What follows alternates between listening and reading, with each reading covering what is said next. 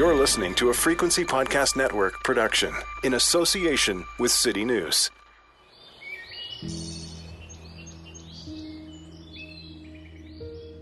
Close your eyes. Picture a perfect Canadian wilderness moment. You're enjoying nature in one of our many lush national parks. And around the bend, you catch a glimpse of something moving.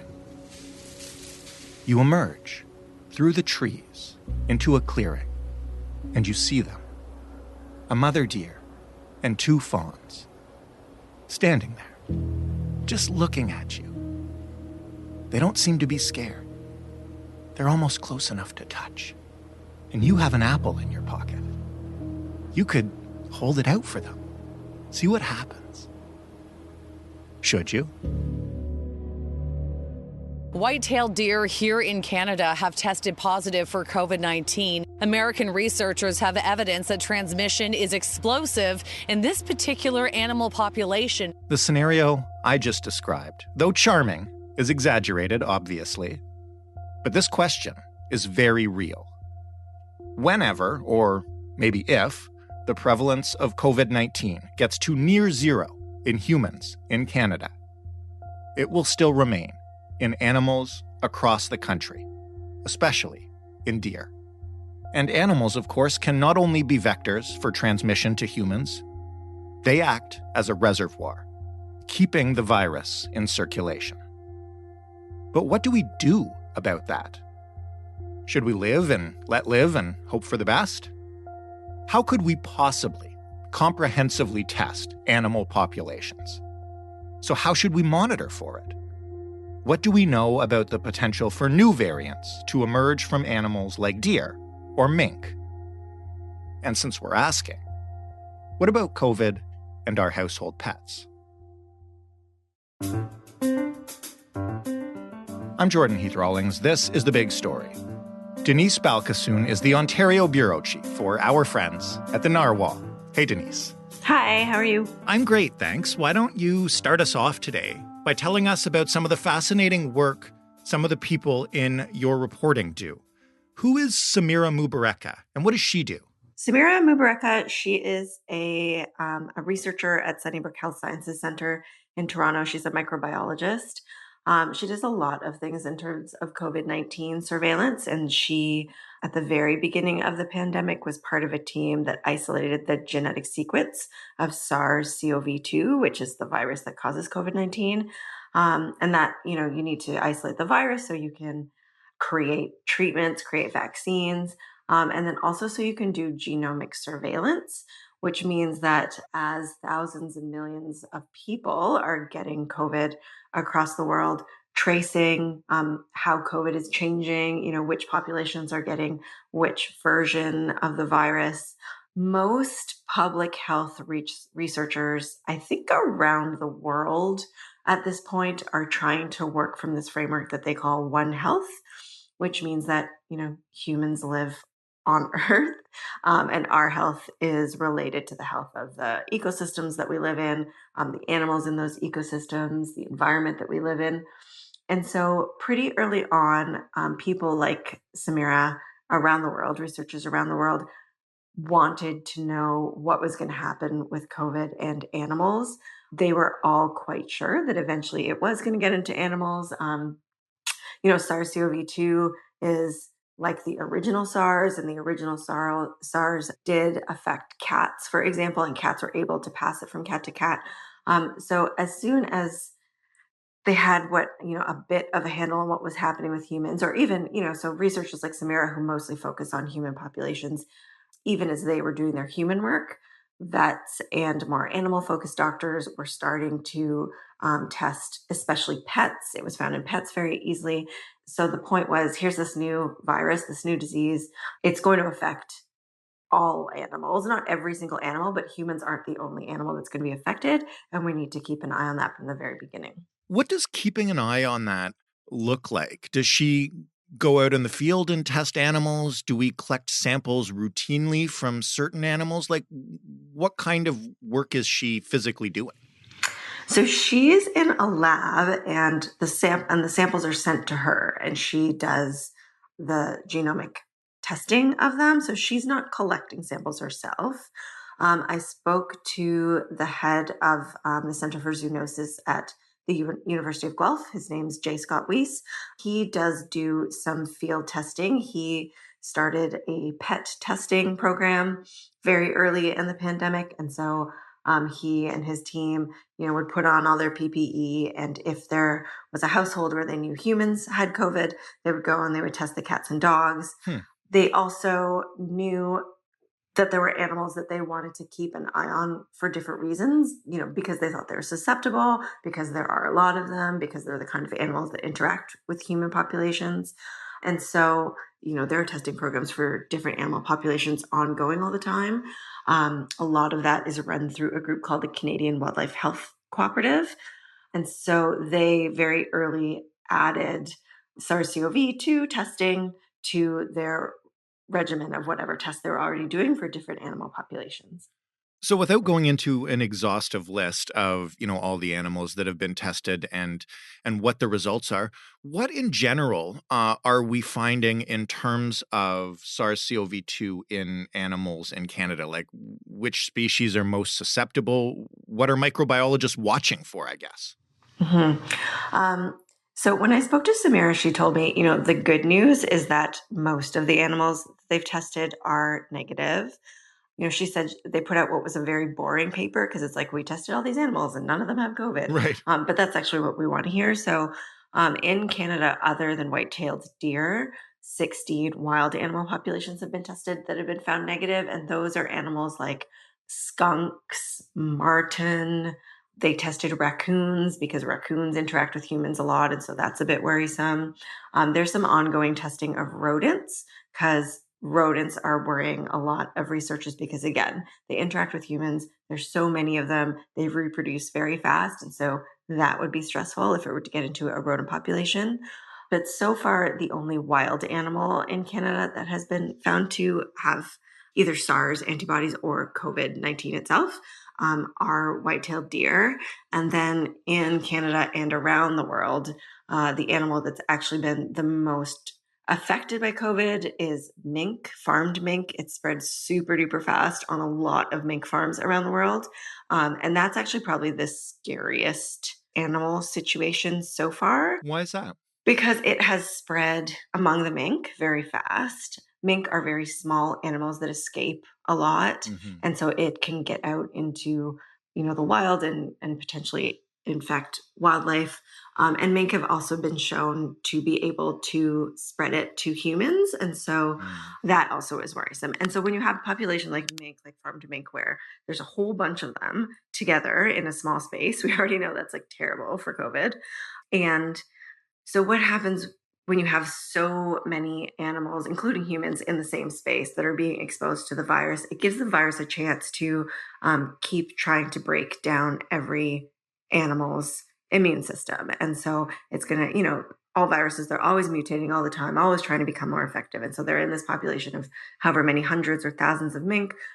There's a real worry that it will mutate, it will become another variant, it will become a variant that can infect humans, Right. and one that brings on another terrible wave of COVID-19.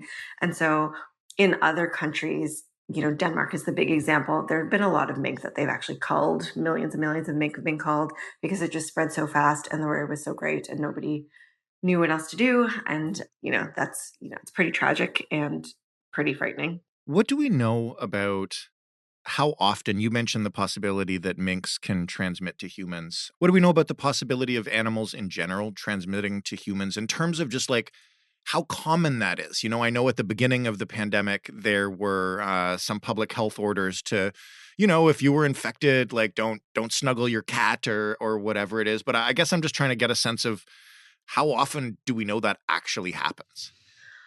So with cats and dogs, it doesn't seem to happen. There hasn't been a recorded case that I know of so far. Okay. It's not a huge worry at this point. So right when my story came out, Samira and a big team of researchers led by the Canadian Food Inspection Agency, which Scott Weiss was also on, and another researcher that I spoke to from the Canadian Wildlife Health Cooperative, she was on that team as well. And so it looks like there has been a case of deer passing it on to humans. But then the good news there was that it didn't pass on to any other humans. And actually, it looks like the human was vaccinated and did not get very sick and basically neutralized that lineage of the virus. So it's not a huge worry right now. It's just a thing that to keep an eye on. So the real worry then is, as you described, the virus mutates in a wild animal population and comes back to humans. I mean, I think the worry is too that the animals will get sick, right? Right. So that's a worry. That doesn't seem to be happening either. They're, cats and dogs. Cats especially apparently seem to actually develop respiratory symptoms. And there have been some cats in zoos. I think a snow leopard has died in the States. But overall, the animals that are getting it aren't getting super sick from it. But then, yes, the bigger worry is that there will be a mutation, there will be a new variant. At the end of February, the team that found that there had been a likely transmission from deer to humans also found that there was a new lineage, which is not different enough from an existing variant to be a new variant, but it is different enough to sort of take notice of. And that was another thing that really they felt needed watching. That research wasn't peer reviewed at the time that I wrote the story, so I'm not sure. It probably hasn't been yet. It's only been a couple weeks. But so there was indication that there was a new lineage in deer and that lineage had been passed on to humans. But the good news was that the human was vaccinated and it didn't go any further. So in terms of the work that's being done now then, what are we trying to figure out here that we don't know yet?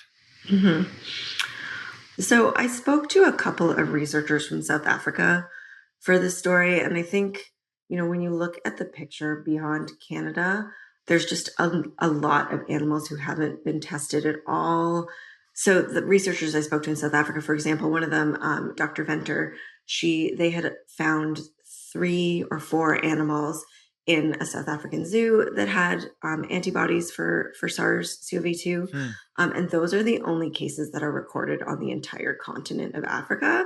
And that's just very unlikely to be true, right? So there's just not enough surveillance being done generally to know how many animals have it, whether it's mutating in other animal populations, whether it's spreading very fast, how long they're sick for, like the incubation period in humans as well is another thing that could be problematic in terms of a variant. So in the piece, I also talk about there are 3 leading theories of where Omicron came from. And so one of them is an immunocompromised population. So that would be like a long-term care home or a hospital where there are a whole bunch of people who are immune compromised. And like I said, so the virus is like passing around from person to person, trying to become stronger, and it is able to stick around in those people's bodies longer because their immune systems are compromised. So if you have an animal, for example, like humans, most of us are done with it in 2 or 3 weeks. If you have an animal that their COVID-19 period is, 2 months or something, that's something that would be good to know in terms of the likelihood of a variant popping up.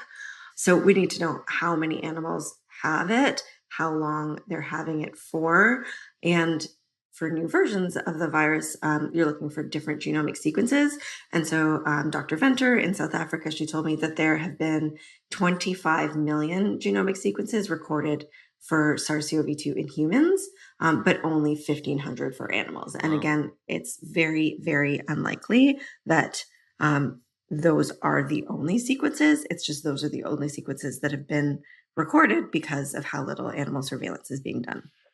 So what would it take to really take this problem of COVID in the animal population seriously in terms of surveillance? And will it get done? Because I know not just African countries, many countries around the world are winding down a lot of surveillance measures. Mm-hmm.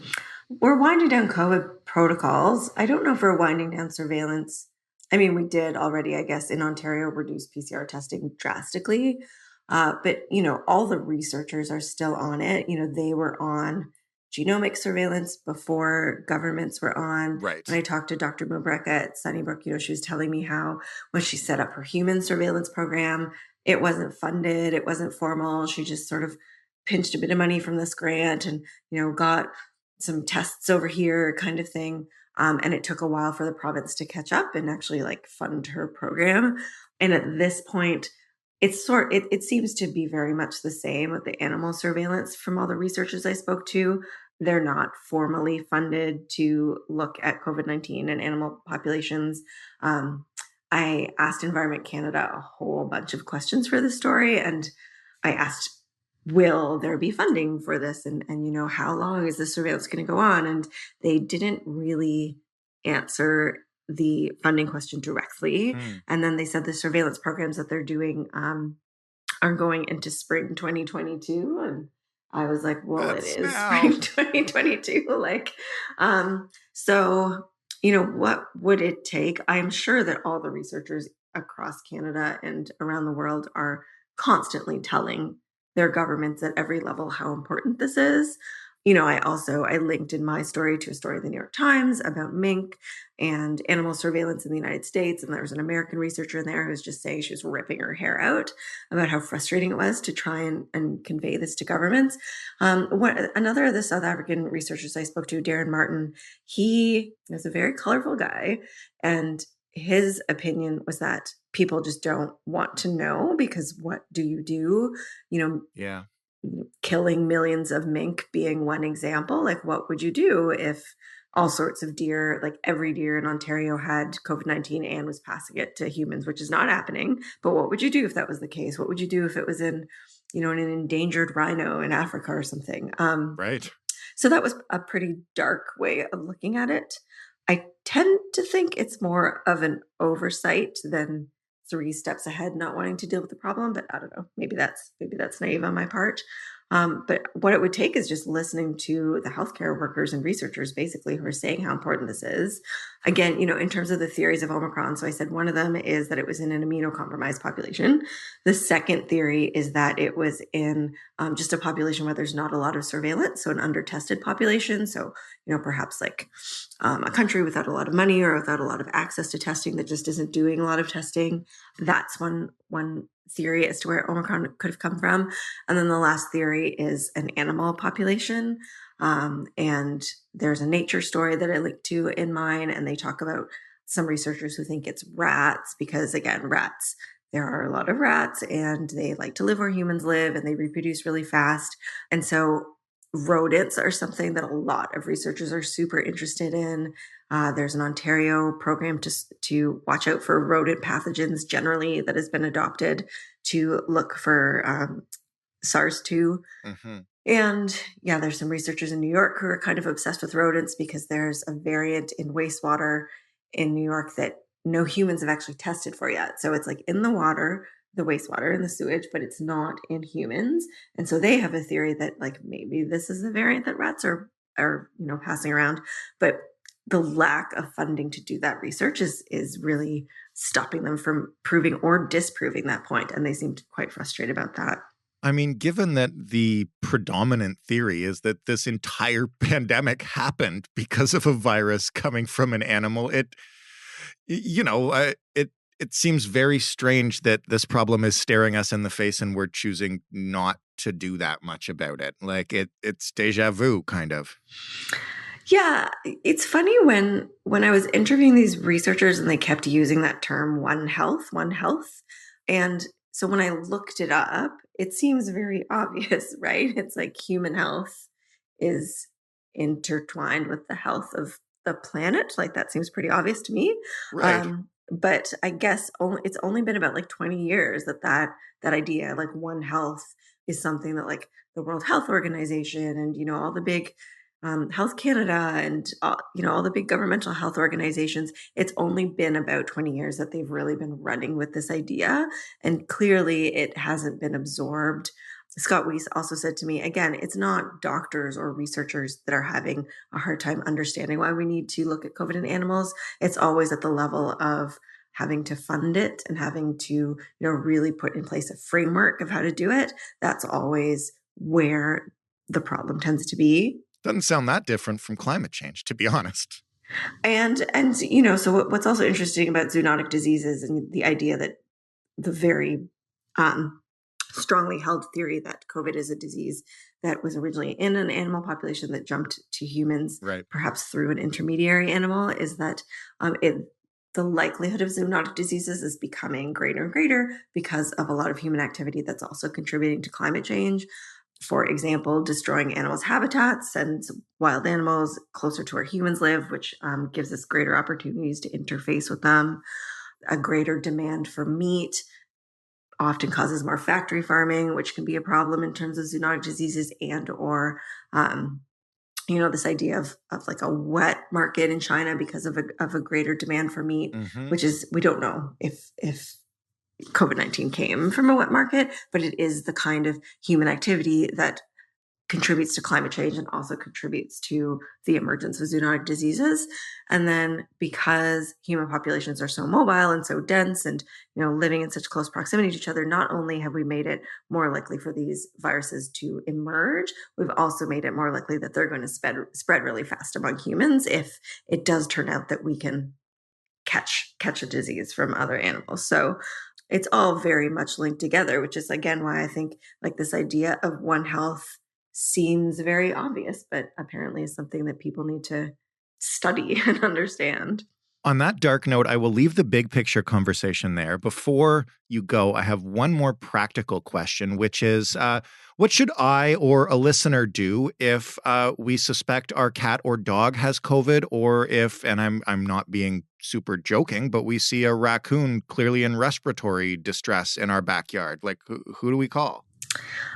So if your cat or dog has COVID, it's actually quite common. I think about 50% of cats that live with humans who get COVID get it. I think it's like 30% of dogs. And really, it's kind of, they just got to get over it like us. I don't know actually if there are treatments for COVID for cats and dogs. Right. I know that vets can test for it. Like Okay. A friend of mine told her that her cat now gets tested for COVID whenever they go to the vet. One of the researchers did tell me at the beginning, one of the reasons she thinks that it didn't really catch on is because researchers didn't want people to be using up very rare PCR tests on testing their cats and dogs. Fair. But so really you just like take care of them and hopefully they'll get over it, just like with any other illness. And then one thing I learned from the story is that the Canadian Wildlife Health Cooperative will, if you call them like about a dead animal in your yard or even roadkill, they will consider coming out to collect it and test it for different things. And if you saw the raccoon sneezing and then the next day the poor raccoon had died in your backyard, you could call the Canadian Wildlife Health Cooperative and they might come get it. And in the meantime, just stay away. Yes. I mean, I generally stay away from raccoons anyway. Fair. Yeah. Denise, thank you so much for this. Really appreciate the time and the insight. Oh, thanks for having me. Denise Balkasoon, Ontario Bureau Chief for the Narwhal. That was The Big Story. For more from us, head to thebigstorypodcast.ca. You can find us on Twitter at TheBigStoryFPN. You can talk to us anytime via email, thebigstorypodcast@rci.rogers.com. And of course, every podcast player, every smart speaker, just ask for us, say, play The Big Story Podcast. Thanks for listening. I'm Jordan Heath Rawlings. We'll talk tomorrow.